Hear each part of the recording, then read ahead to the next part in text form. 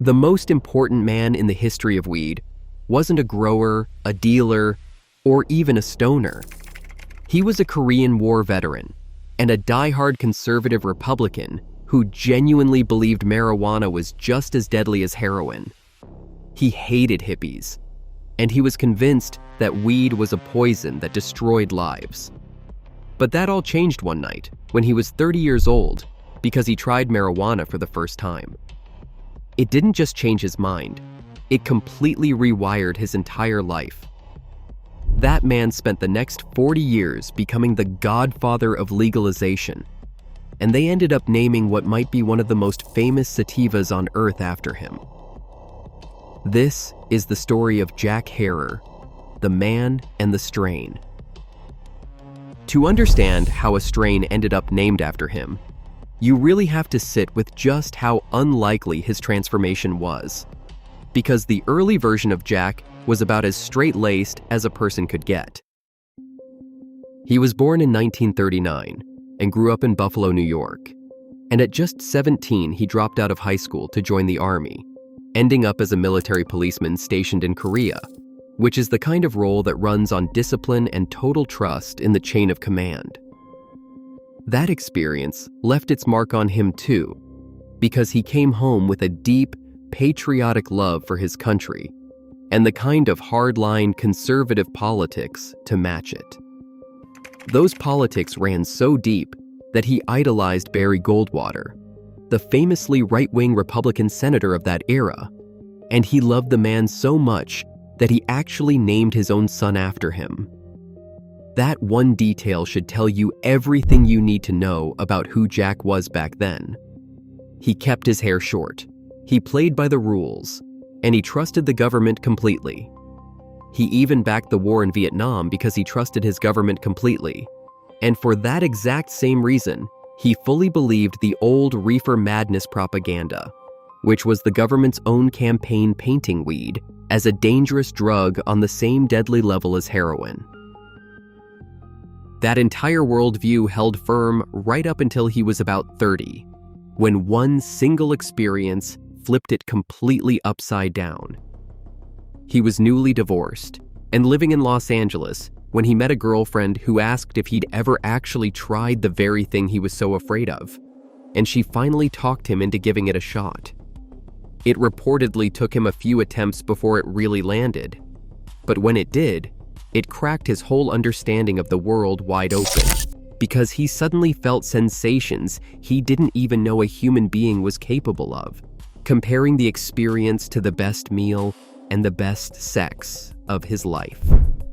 And that is exactly why it hit him so hard, since everything the government had told him about this plant being a deadly poison had just been proven in his own body to be a complete lie. Once that high faded, it left him holding one enormous question that would end up defining everything that came after, which was simply this: if this stuff is so good and it never actually hurt anybody, then why on earth is it illegal? That single question lit a fire in him that essentially never went out, and he threw himself completely into the world of cannabis to try and answer it. By 1973, he had opened a head shop out in the San Fernando Valley and started selling hemp goods, and turned teaching strangers about the plant into a daily mission, because he figured the only way to fight the lie was to spread the truth one person at a time. It was right around then that he made a promise that would shape the rest of his life. Together with his best friend, a fellow head shop owner known as Captain Ed, he swore an oath that they would fight every single day to legalize cannabis and free everyone locked up over it, and that they would not quit until they either succeeded, died, or turned 84 years old. For Jack, that promise was no joke at all, and he would end up chasing it right up until the very end of his life. The problem was that converting people one at a time on a beach boardwalk could only get him so far, because what the movement really needed was one place where all the facts lived, something anybody could pick up and use to make the case. That chance arrived in the most unlikeliest place imaginable: prison. After he refused on principle to pay a tiny fine for protesting on federal property and got himself sentenced to a couple of weeks behind bars. That forced downtime turned out to be a gift, because with nothing else to do in there, he finally sat down and started writing. And he later admitted that if he had never been locked up, he probably never would have written anything at all. What came out of that jail cell, published in 1985, became the single most important document the hemp movement ever produced, a book he called The Emperor Wears No Clothes.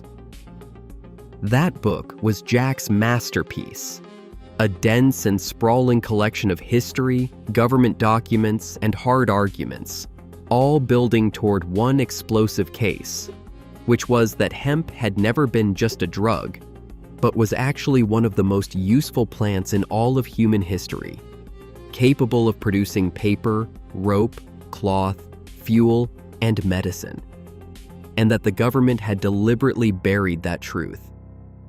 The title itself was a clever jab that explained his whole point, because he was comparing cannabis prohibition to that old fairy tale about an emperor who parades around naked, while everyone is too afraid to point out the obvious truth that he isn't wearing any clothes.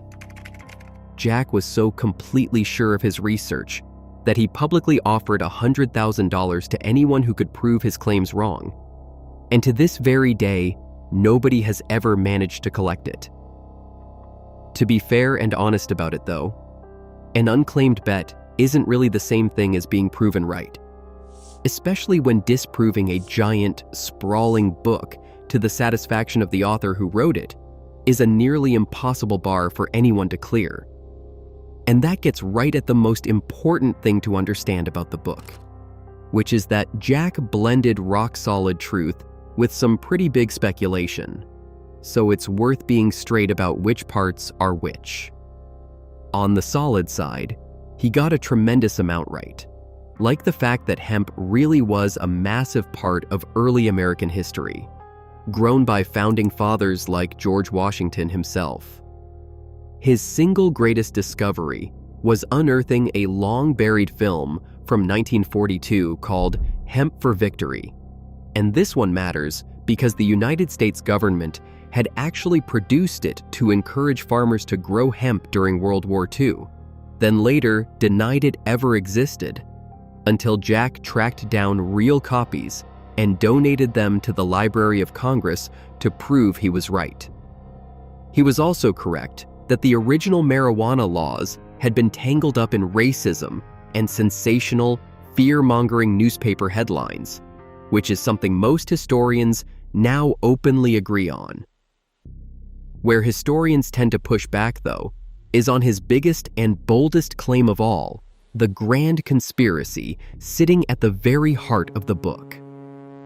Jack argued that cannabis was outlawed because a small group of powerful industrialists secretly conspired to crush hemp, specifically pointing at the DuPont Chemical Company, the newspaper tycoon William Randolph Hearst, and a wealthy banker named Andrew Mellon, and his reasoning was that cheap hemp threatened their fortunes in paper, nylon, and plastic, so they wanted it gone. It makes for a gripping story, but most serious historians simply don't buy it, because there's no real evidence such a plot ever existed, and the hemp industry was already dying off on its own for entirely separate reasons anyway.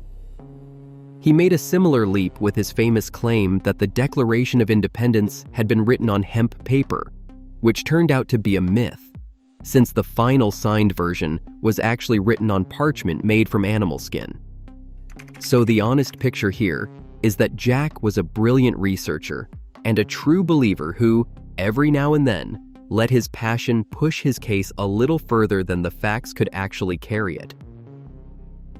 None of that ever slowed him down for a second, because Jack spent the decades that followed as a relentless, larger-than-life force for the cause. He was a big, bushy-bearded man with a booming voice, and he used all of it, running for president twice purely to drag cannabis into the national spotlight, helping write legalization measures back in California, and getting himself arrested dozens of times along the way. He became so influential that the founder of NORML, which is one of the biggest cannabis advocacy groups in the country, called him quite possibly the single most important person in the entire legalization movement. By that point, he had more than earned the nickname people had given him, the Emperor of Hemp, because his book had quietly turned an entire generation into activists. It was right in the thick of all that, back in 1994, that his name became truly immortal. And it happened thanks to a seed company all the way across the ocean in Amsterdam. The legendary Dutch breeders at a company called Sensi Seeds had spent years quietly developing a special new strain that leaned heavily toward the energizing sativa side of cannabis. And when they finally saw the mature plants, they knew they had something genuinely extraordinary on their hands. So they decided the only fitting tribute was to name it after the man who had done more for the plant than anyone alive. And at a ceremony during the 1994 Cannabis Cup, with Jack himself standing right there in the room, they christened their masterpiece Jack Herer. The company's founder would later go on to call it his all-time favorite strain, the champagne of cannabis. As for what's actually inside it, the exact recipe has always been a closely guarded secret that Sensi Seeds never fully revealed, and that secrecy only deepened the legend around it. What most experts widely believe is that it's a complex three-way cross of some absolute legends, blending the soaring, energetic haze with the heavy, resin-coated Northern Lights No. 5 and the classic, pungent skunk No. 1. That combination is the whole key to why it works so well, because marrying a pure, racy sativa with those two sturdy, frost-covered indicas created something that captured the best of both worlds. And it quickly became one of the most respected sativas ever made. When you actually smoke it, the experience lives up to the energetic spirit of the man it was named for. Jack Herer leans to the sativa side, with a THC level that usually lands somewhere in the high teens to low 20s. And its flavor is a distinctive blend of spicy and peppery notes laced with hints of pine, citrus, and earthy wood, all driven by an unusual compound called terpinolene that has become almost a signature of the strain. The high itself is a classic, beautiful daytime experience, the kind that feels uplifting, energetic, creative, and clear-headed, leaving you happy, social, and motivated rather than melting you into the couch. That get-up-and-go quality is exactly why it makes such a perfect morning or creative strain, which feels especially fitting for a plant named after a man who never once stopped working. That same quality is also what earned it so much recognition, starting with a win at the High Times Cannabis Cup in 1994, and continuing through a whole string of awards in the years that followed. But the trophies might not even be the most impressive part of its resume, because Jack Herer went on to become one of the very few cannabis strains officially recognized as medical grade in the Netherlands, a serious honor that meant it was sold in actual Dutch pharmacies to patients on prescription. On top of all that, its genetics proved so strong and so desirable that it became a foundational parent strain, spawning hundreds of documented descendants and passing the man's name down through entire family trees of weed. So when you step back and take in the whole picture, the bond between the man and the plant turns out to be genuinely beautiful. Jack Herer. The man fought for this plant every single day of his life, and yet he sadly never got to witness the wave of legalization he had dreamed of, because he suffered a heart attack at a hemp festival in 2009, right after delivering one of his trademark fiery speeches. And he passed away the very next year, in 2010, at the age of 70. He died with years still left on that promise he had made to keep fighting until he turned 84. So in a way, he never did break it. But here is the thing that makes it all land. Thanks to that strain, his name never faded away at all, and instead, it lives on, spoken out loud thousands of times a day in dispensaries all over the world. Every single time somebody steps up to a counter and asks for some Jack, they are saying the name of a stubborn, bearded Korean War veteran who decided that the truth about a plant was worth giving his entire life to. So what about you? Have you ever enjoyed some Jack Herer? And did you know the incredible story behind the name? Let me know down in the comments. And if you enjoyed this one, do me a favor and hit that like button and subscribe for more deep dives like this one, and I'll catch y'all in the next one.